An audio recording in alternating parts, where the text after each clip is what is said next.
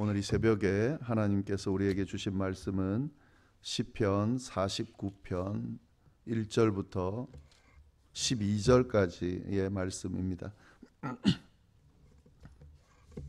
시편 49편 1절부터 12절까지의 말씀, 제가 가지고 있는 성경으로 구약 성경 837페이지에 있습니다. 네, 이 말씀 함께 교독하겠습니다. 뭇 백성들아 이를 들으라. 세상의 거민들아 모두 귀를 기울이라. 귀천 빈부를 막론하고 다 들을지어다. 내 입은 지혜를 말하겠고 내 마음은 명철을 작은 소리로 읊조리리로다. 수금으로 나의 오묘한 말을 풀리로다. 죄악이 나를 따라다니며 나를 애워싸는 환난의 날을 내가 어찌 두려워하랴. 아무도 자기 형제를 구원하지 못하며 그를 위한 속전을 하나님께 바치지도 못할 것은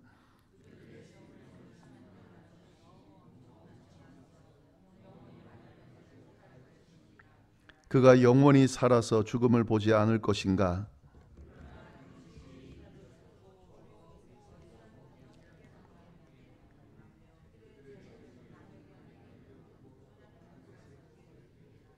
그러나 그들의 속 생각에 그들의 집은 영원히 있고 그들의 거처는 대대에 이르리라 하여 그들의 토지를 자기 이름으로 부르는도다.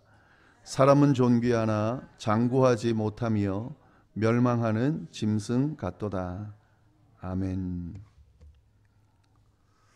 네, 이 시편에 보면은요 고라 자손의 시들이 나오죠. 저희가 지금 고라 자손의 시를 살펴보고 있는데 이 고라 자손의 시는 시편에 11편이 나옵니다. 이 시편이 지금 150편으로 되어 있는데요. 성경을 보시면은 5묶음으로 이 시편이 나눠져 있다는 걸 볼 수가 있습니다. 그래서 1권, 2권, 3권 이렇게 해서 5권까지 나눠져 있는데 그 2권을 지금 우리가 보고 있는 거거든요. 그 2권에 이 고라 자손의 시가 7편이 나오고요. 그리고 3권에 4편이 나옵니다. 지금 저희가 지난 시간부터 쭉 고라 자손의 시를 살펴보고 있는데 오늘 시편 49편이 2권에 나오는 마지막 고라 자손의 시입니다. 보통 고라 자손의 시는 여기 그 표제를 보시면 알듯이 고라 자손의 시, 인도자를 따라 부르는 노래다. 그러니까 이 예배 중에 불렀던 찬양의 노래입니다. 그러니까 찬양시의 성격을 갖고 있습니다. 그래서 내용을 보면 하나님을 찬양하는 내용이 담겨 있는데 이 시편 49편은 찬양시죠, 당연히. 그러나 독특하게도 지혜의 시로 분류가 됩니다. 잠언이 지혜에 대한 내용이 나오죠. 근데 이게 시편임에도 불구하고 49편의 내용은 지혜에 대한 내용이 담겨 있다 하는 거죠. 그럼 어떤 지혜의 말씀이 담겨 있을까? 우리가 이렇게 생각해 볼 수 있죠. 네, 그 내용을 함께 보도록 하겠습니다. 근데 이 49편을 나누기 전에 48편 14절, 그 바로 앞절이에요. 그 앞편의 앞절, 마지막 절, 그 구절을 좀 보면 좋겠는데요. 제가 좀 한번 읽어보겠습니다. 이 하나님은 영원히 우리 하나님이시니 그가 우리를 죽을 때까지 인도하시리로다. 예. 시편 48편하고 49편이 연결되어 있지는 않지만 이 시편을 편집할 때에 고라 자손의 시가 이렇게 한 묶음으로 묶여져 있다라고 하는 것은 서로 연관성이 있다라고 볼 수가 있습니다. 그래서 시편 48편의 마지막 절과 이 49편과 연결고리가 있다는 사실을 우리가 좀 감안하면서 보면 어떤 내용인지를 우리가 좀 더 잘 알 수가 있습니다. 이 48편의 14절 내용, 이 하나님은 영원히 우리 하나님이시니 그가 우리를 죽을 때까지 인도하신다. 이게 시편 기자가 이렇게 고백하고 있는데 정말 은혜로운 고백이죠. 하나님이 우리를 인도하시는데, 보호하시는데, 그 하나님이 우리의 하나님이 되셔서 우리를 인도해 주시는데 일시적으로 잠시 인도하다가 마는 하나님이 아니다. 우리의 하나님 되시는 그 하나님은 우리를 잠시 인도하다가 마는 하나님이 아니다. 어느 기간까지만 인도하고 마는 하나님이 아니다. 그렇게 고백을 하고 있는 거죠. 그럼 어디까지 인도하시냐? 죽을 때까지 인도하신다. 우리가 삶을 마감하는 그 순간까지 하나님이 인도하신다라고 지금 고백하고 있는 거죠. 우리의 삶 전체를 인도하시는 하나님이다. 우리가 그 하나님을 믿고 있다. 그 하나님이 바로 우리의 하나님이다. 지금 그렇게 이제 48편 마지막을 마무리를 하고 있는데 너무 은혜롭죠. 근데 여기서 우리가 좀 봐야 될 부분이 있는데요. 하나님은 영원히 우리의 하나님이다. 하나님, 우리를 인도하시는 그 하나님은, 죽을 때까지 우리를 인도하시는 그 하나님은 영원하신 하나님이라는 거죠. 영원하신. 그러면 이 안에는 어떤 말씀이 담겨 있냐면 죽음까지만 인도하는 하나님 이상의 하나님이라는 의미가 이 안에 담겨 있는 거죠. 죽을 때까지 인도하신다. 이건 그냥 고백하는 거고요. 죽을 때까지만 인도하시는 하나님이 아니라 죽음을 넘어 영원으로 인도하는 하나님이다라고 하는 의미도 이 안에 담겨 있는 거죠. 우리가 이 시편 내용을 볼 때에 이 부분까지 볼 수가 있어야 됩니다.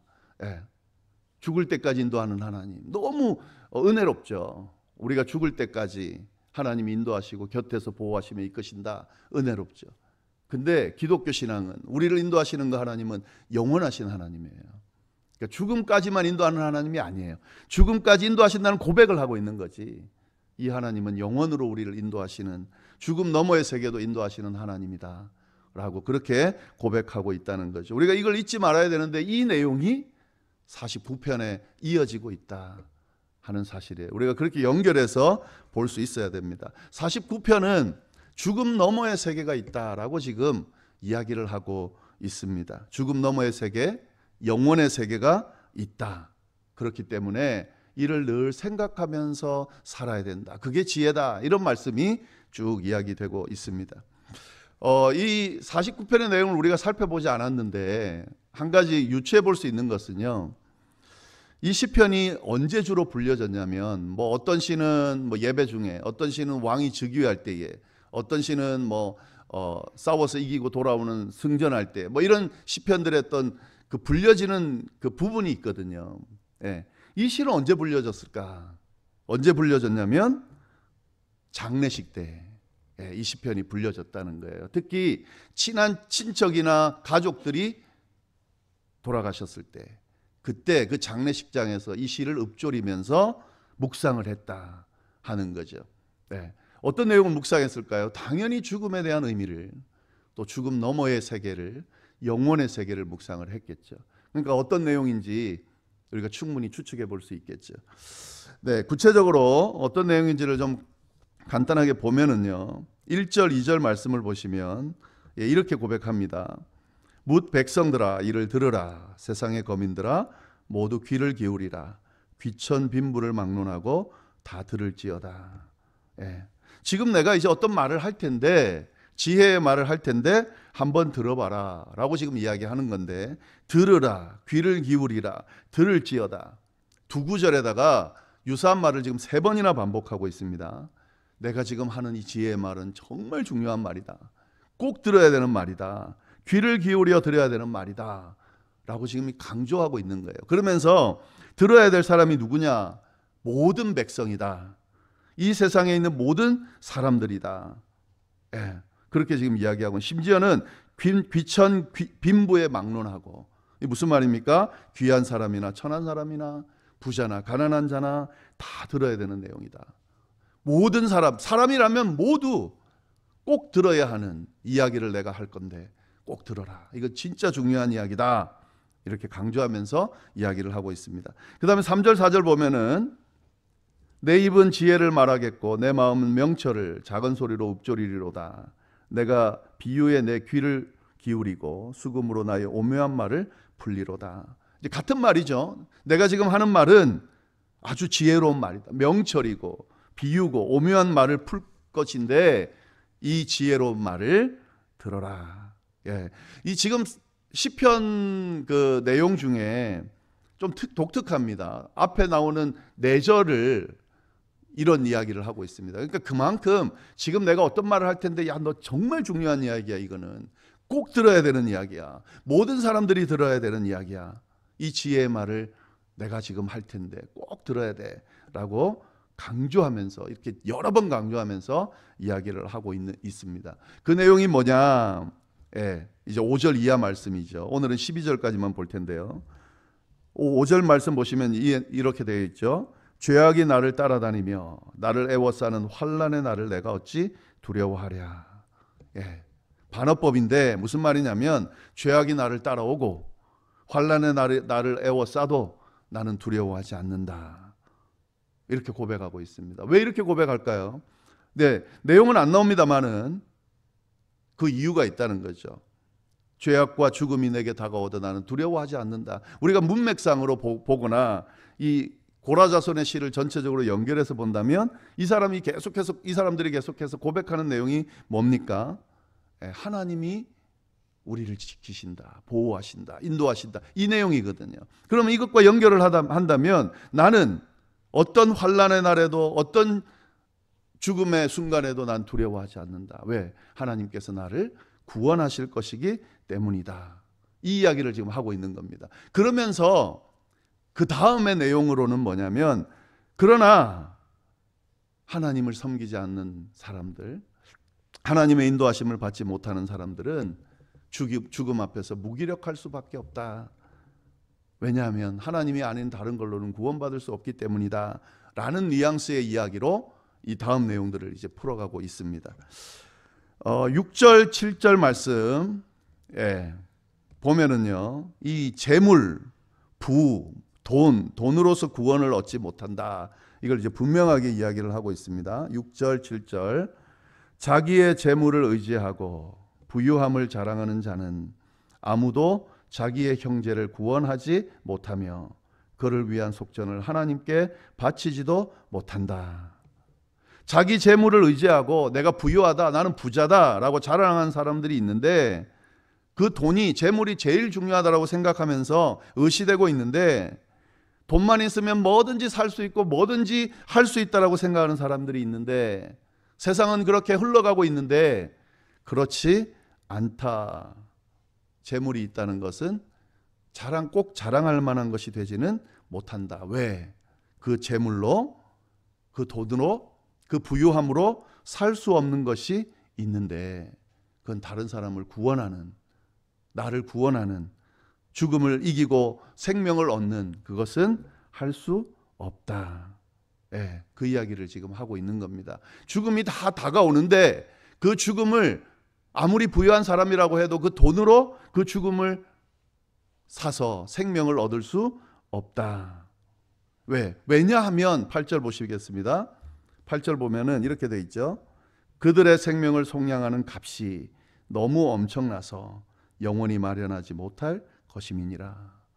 한 사람의 생명의 가치가 돈으로 환산할 수 있는 것이 아니다. 네가 얼마나 부유한지 모르지만 이 세상에서 제일 부유한 1등 부자라 할지라도 그 값으로 한 사람의 생명을 살 수 있느냐. 너의 죽음의 순간을 조금 연장할 수는 있지만 죽지 않게 만들 수 있느냐. 그럴 수 없다. 이거는 시편 기자 고백하지 않아도 이 역사, 우리의 이 세상의 역사를 보면서 알 수 있는 거죠. 진시 황제가 모든 걸 다 갖고 있었던 사람인데 생명을 좀 연장해 보려고, 영원히 살아보려고 그렇게 불로초를 찾고 했지만, 그럼에도 불구하고 지금 진시 황제는 살아있지 않거든요. 돈으로 살 수 있는 부분이 아니다. 죽음을 이길 수 있는, 구원받을 수 있는 것이 아니다.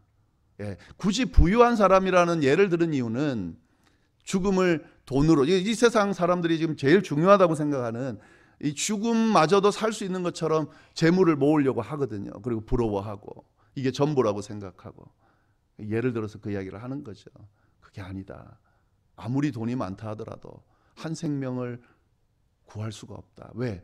그 돈으로 환산해서 가치를 매길 수 있는 존재가 아니기 때문이다. 11절 12절 말씀 보시면은요, 마지막으로 9절 10절 말씀 똑같은 말씀입니다. 9절 10절 말씀. 그가 영원히 살아서 죽음을 보지 않을 것인가. 그러나 그는 지혜 있는 자도 죽고 어리석고 무지한 자도 함께 망하여 그들의 재물은 남에게 남겨두고 떠나는 것을 보게 될 거다. 돈으로 어느 정도 생명을 연장할 수 있지만 죽음을 피하지 못한다라는 이야기입니다. 어느 누구도 죽음을 보지 않고 영원히 산 사람은 없다라는 거죠. 모든 사람은 죽음을 맞이하게 된다. 무지하고 어리석은 사람들만 죽은 게 아니라 지혜롭다고 하는 사람들도 다 죽었다. 가난한 사람만 죽은 게 아니라 부자들도 다 죽었다. 결국에는 그들이 가지고 있는 재물은 죽은 후에 가져가지도 못하고 다 남에게 남기고 간다. 죽음 앞에서는 부여한 것도 의미가 없다. 이 이야기를 좀 하고 있습니다. 11절 12절 말씀. 그러나 그들의 속생각에 그들의 집은 영원히 있고 그들의 거처는 대대에 이르리라 하여 그들의 토지를 자기 이름으로 부르는도다. 사람은 존귀하나 장구하지 못하며 멸망하는 짐승 같도다. 재물을 가지고 있는 사람들이 속으로 생각하기를 내가 가지고 있는 이 부, 또 자기 집 영원할 거다. 그 거처가 그대로 있을 거다라고 생각하지만 또 영원할 것처럼 자기 이름을 그 집에다가 이름을 붙여 놓지만 근데 영원하지 않다. 결국에 그 사람은 죽음을 맞이하게 되고 남겨진 것들 자기와는 아무 상관이 없는 그런 것이 되는 거다. 그러면서 결론이 뭡니까? 사람은 존귀한 존재이지만 사실 죽음 앞에서는 짐승과 똑같다. 죽음 앞에 무기력하게 죽을 수밖에 없는 존재가 바로 사람이다.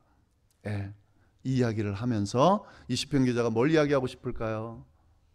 유한한 존재, 죽음 앞에 무기력한 존재, 다 죽어야 되는 존재임을 기억하면서 살아라. 마치 영원할 것처럼 그렇게 살고 있는데 그게 아니다 라고 하는 이야기를 하면서 아까 말씀드린 것처럼 영혼의 세계가 있고 구원해 줄 대상이 존재가 있고 그 구원해 줄 존재가 하나님이라는 사실을 기억하면서 하나님을 믿고 하나님 앞에서 구원받은 백성에게는 이 죽음이 아무 의미가 없는 거다. 두려움의 대상이 아니다라고 하는 말씀까지 이 시편 기자가 이 말씀을 통해서 우리에게 전달하고 있는 겁니다. 우리 믿는 사람들은 사실 이 고백을 하면서 신앙생활하는 사람들이죠. 근데 자꾸 잊어버려요. 그죠? 이 세상이 전부인 것처럼 마치 여기서 뭔가 모든 것이 다 이루어지는 것처럼 교회를 다니면서도 착각하고 살 때가 많이 있습니다. 근데 그렇지 않습니다.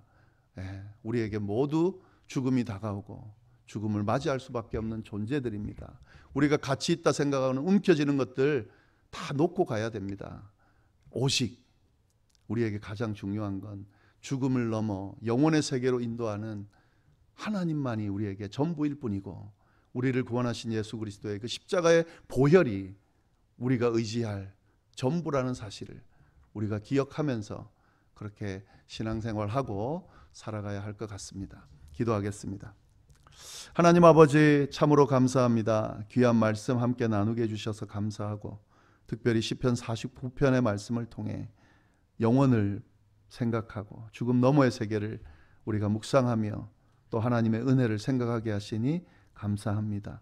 하나님, 이 세상, 우리가 살고 있는 세상, 하나님이 허락한 너무너무 소중한 세상, 행복하고 즐겁게 살아가기를 원하는 마음을 가지는 것 너무 당연하고 또 그렇게 살아가야 하지만 이것이 끝이 아니라 죽음 너머에 영혼의 세계가 있다는 사실을 늘 기억하면서 오늘을 준비하고 하루하루를 의미 있게 살아갈 수 있게 되도록 허탄한 것에 눈 돌리지 않고 정말 별것 아닌 것에 매이지 않고 그렇게 살아가는 우리의 삶이 될 수 있도록 주여 인도하여 주옵소서. 우리를 구원하시는 주님, 우리를 죽음 넘어 영혼의 세계로 인도하시는 그 하나님의 은혜를, 십자가 보혈의 은혜를 생각하면서 그것이 우리의 전부임을 기억하고 그걸 바라보며 살아가는 우리의 삶이 되도록 주여 인도하여 주옵소서. 하나님, 그럼에도 불구하고 우리에게 주어진 삶을 살아야 합니다. 하나님, 이 세상 사는 동안 죽을 때까지 동행하시고 인도하시는 그 주님의 동행하심 생각하면서 그 주님과 함께 은혜로운 삶도 살아갈 수 있도록 주여 역사하여 주옵소서. 함께 해주심에 감사하고 모든 말씀을 살아계신 예수님의 이름으로 기도드립니다. 아멘.